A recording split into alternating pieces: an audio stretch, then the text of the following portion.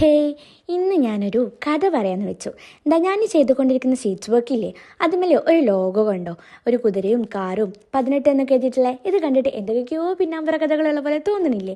എനിക്കും തോന്നിയിട്ടോ, എന്തൊക്കെയോ secrets include ആയിട്ടുള്ള ഒരു ചിത്രമാണെന്ന് തോന്നിയിട്ടുണ്ട്. പിന്നെ അതുമാത്രമല്ല, ഞാൻ ഒരുപാട് സ്ഥലത്ത് ഈ ഒരു ലോഗോ കണ്ടിട്ടുണ്ട്. അപ്പോൾ എനിക്ക് എൻക്വയറി വന്ന സമയത്തേ ഞാൻ ആളോട് ചോദിച്ചു, ഇതിൻ്റെ ഒരു തീം എന്താ, മിത്ത് എന്താ, അതായത് ഇതിൻ്റെ ഒരു അർത്ഥം എന്താണെന്ന് ചോദിച്ചു. അപ്പോൾ ആളെനിക്കൊരു എന്താ പറയുക, വണ്ടർഫുൾ ഇൻസ്പയറിങ് സ്റ്റോറി പറഞ്ഞു തന്നു. അപ്പോൾ അത് നിങ്ങളായിട്ട് ഷെയർ ചെയ്യാനാണ് ഞാനൊരു കഥ പറയാമെന്ന് പറഞ്ഞിട്ട് ഞാനിങ്ങോട്ട് എഴുന്നള്ളി കേട്ടോ. അതായത് 18 ഗെയിംസിൻ്റെ ബേസിക് മോഡ് സ്റ്റോറിയാണ്. എനിക്ക് ആ കഥ കേട്ടപ്പോൾ ഫീൽ ചെയ്തതേ, ഒറ്റപ്പെടലുണ്ടല്ലോ ഒരു ആഘോഷമാക്കിയിട്ട് ജീവിച്ച് കാണിക്കാൻ കഴിയും എന്ന് തെളിയിച്ച ഒരു ആൺകുട്ടിയുടെ കഥയാണ്.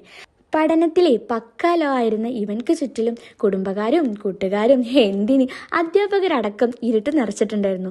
അപ്പോൾ ആ ഇരുട്ടിൻ്റെ നടുവിൽ നിൽക്കുന്ന ഇവൻ്റെ ഉള്ളിലെ വെളിച്ചം അവൻ കണ്ടു. എന്നിട്ട്